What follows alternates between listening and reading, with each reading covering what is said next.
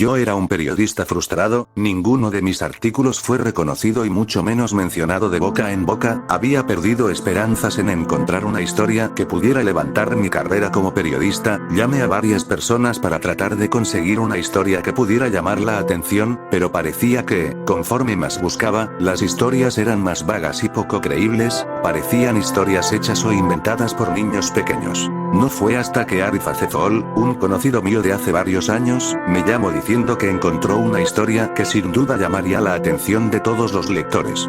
Dio la ubicación y me dirigí rápidamente hacia ese lugar, desesperado por tener una nueva historia que contar y ansioso por saber cuánto dinero ganaría por esta historia. Dios, que sí, estaba muy emocionado por todo. Llegué a la ubicación que Ari me había dado. Era una casa que a simple vista resaltaba la clase media alta, ventanas limpias y nada empolvadas, la fachada se encontraba en buen estado y la puerta tenía un tapete que decía: bienvenidos, toque y pase, explicando todo sobre cómo logré contactar con el hombre que levantaría mi carrera con la dichosa historia. Conversé con él un par de minutos solo para socializar con el sujeto y conocernos un poco antes de que este desconocido reportero le hiciera preguntas que muy seguramente el hombre no quisiera responder por no conocer absolutamente nada de mi pasado o de lo que pretendía con esas preguntas. Para mi sorpresa, no era la primera vez que un reportero iba con este hombre a entrevistarlo. 5 hombres habían ido a entrevistarlo, pero ninguno le creyó y pensaron que el sujeto estaba loco. Hablando del sujeto en cuestión, no era muy agradable su figura, estaba muy demacrado y era muy viejo, ojeras negras y repulsivas, ojos azules visiblemente enrojecidos, piel arrugada, cabello canoso, grasoso y corto, su nariz tenía una verruga horrible que me repugnaba. Tras haber hablado un poco de mí y de él, empecé con las preguntas. Antes de continuar debo decir que el artículo que hice al respecto nunca decidí publicarlo, no fue porque no me haya gustado, sino porque la historia descrita era muy cruda, pero doy testimonio de que en efecto sí fui con el señor que sabía la historia, que por cierto se llamaba Norberto Mustech. Ahora sí, continuemos con el relato. Tras haber realizado la pregunta, el señor Norberto me contestó rápidamente con un texto explicativo muy detallado de dónde se desarrollaron los sucesos que a continuación narro. Oregón, ocurrió en un pueblo de Oregón, era invierno del año 1987, el pueblo, de no más de 10.000 habitantes, fue epicentro de una catástrofe encubierta por la policía estatal del pueblo protagonista. Muchos han especulado sobre cómo el misterio nunca fue resuelto, sin embargo, yo creo que este sí se resolvió, pero que la policía lo ocultó por hechos que aún desconozco y dudo conocer en toda mi vida. Norberto guardó algo de silencio y luego dio una instrucción que a continuación narraré. Escucha, no te pediré otra cosa más que me escuches, no preguntes nada hasta que haya terminado el relato, ahorrarás tiempo y trabajo. Además, quiero que trates de creer en el relato. Todos los reporteros no creen que esto en verdad sucedió, pero es 100% real. ¿Quedamos? Le asentí y continuó hablando. 1987 en invierno, ocurrió el primer hecho, una tumba fue profanada o exhumada. Eleonor Gristone, si no mal recuerdo, era una mujer riquilla que en ese entonces no llevaba más de 6 meses enterrada. El caso es que, la tumba fue exhumada, pero, al momento de realizar la investigación, los agentes nunca encontraron el cadáver de Eleonor, era como si simplemente se hubiera esfumado de la nada. Descartaron la teoría de que algún familiar haya querido exhumar a Eleonor, estaban tan ocupados con sus vidas fuera del pueblo, que preocuparse por un familiar difunto no era importante, así que pasaron a otra teoría. La mujer era riquilla, por lo que en ese momento se creyó que un ladrón de tumbas había robado el cadáver de Eleonor Gristone. El caso quedó supuestamente cerrado por ese momento. Sin embargo, 2 días después, el velador del cementerio encontró la tumba de un hombre llamado James Castro abierta. De nuevo, el cadáver no se encontraba. Este hombre llevaba 6 años enterrado, era pobre y nadie había asistido a su funeral cuando el desgraciado murió. Aún así, ¿quién se vería interesado por un cadáver esquelético de un hombre pobre y sin familia? La policía estatal volvió a cerrar el caso, creyeron que el ladrón de tumbas no era de esta ciudad y que debería ser de otro estado o incluso extranjero, ya que por lo menos toda la población de ese pueblo conocía a esos 2 muertos.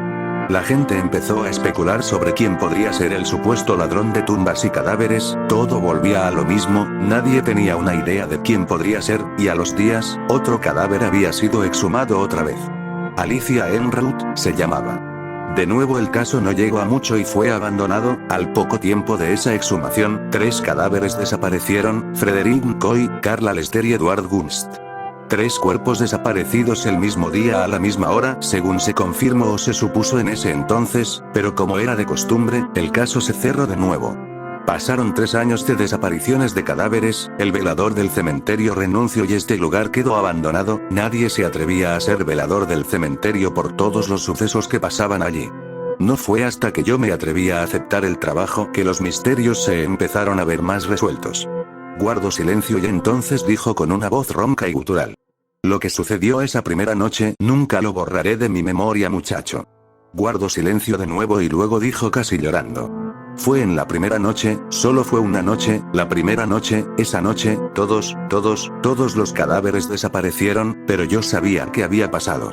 No llegó nadie para desenterrar los cuerpos, no, todos los cadáveres desaparecieron, pero, antes, se habían levantado de las tumbas, escuché la tierra moverse y luego ver cómo los cadáveres salían, todos los cuerpos se despertaron y desaparecieron en la oscuridad del bosque cerca del cementerio. El hombre guardó la calma y después dijo ahora más tranquilo, pero con un dejo de miedo en su voz. Nadie me creyó obviamente, nadie creyó en las palabras de un velador que vio lo imposible, justificaron todo con la falta de seño y la paranoia por todas las historias que en el pueblo se decían, nadie más que yo, y muy posiblemente la policía estatal, sabían lo que en verdad pasó.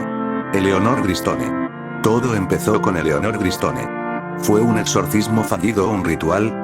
Eso nunca lo sabré, posiblemente muera antes de averiguarlo, pero quiero que esta anécdota quede grabada en alguien como tu muchacho. Se quedó callado y luego dijo algo tranquilo. Esa es la historia del misterioso caso de los cadáveres despiertos, bueno así la llamé yo. Guardo silencio y empecé a preguntarle más, como me había indicado después de la historia. Sin duda su final fue algo ambiguo, pero la historia sería comidilla de las grandes ciudades. Por desesperación decidí creerle el viejo, pero como dije, nunca publiqué la historia en los periódicos, y es que hay algo en la historia del viejo Norberto que pareciera que me detiene de publicarla. No me arrepiento de haber ido con el viejo Norberto, él es bastante sabio a mi parecer, según me dijo, él no vivía en el pueblo protagonista de este escabroso misterio, llegó hasta 3 años después del último caso de ese pueblo o el que me contó. Nunca sabré yo ni el viejo. ¿Qué pasó realmente en ese pueblo? ¿Decidiré publicarlo alguna vez? No lo creo, como dije, hay algo en esa historia que creo que no debería mencionar al público. No lo sé explicar, pero lo siento en verdad, y es que creo que la gente no deberá conocer esta historia pues, hace 2 días, un cadáver desapareció del cementerio de mi ciudad, pero eso no es malo, lo verdaderamente malo, es encontrar la tumba de alguien llamado Norberto Mustech en el mismo pueblo donde lo encontraste. No, nunca sabré de verdad qué ocasionó el misterio y no quiero saberlo en realidad. El viejo Norberto se llevó el secreto a la tumba, pero el viejo Norberto se levantó de ella. Creo que seré el siguiente. Mi pasión por los periódicos ha muerto, no quiero que me conozcan, no quiero terminar como Norberto, pero, siento que debería de terminar así, ¿sabes? La paranoia está acabando conmigo y muy pronto, algún periodista querrá saber qué fue lo que pasó. Esperaré hasta el fin de los días si es necesario, para contar la historia. Hasta entonces. Adiós.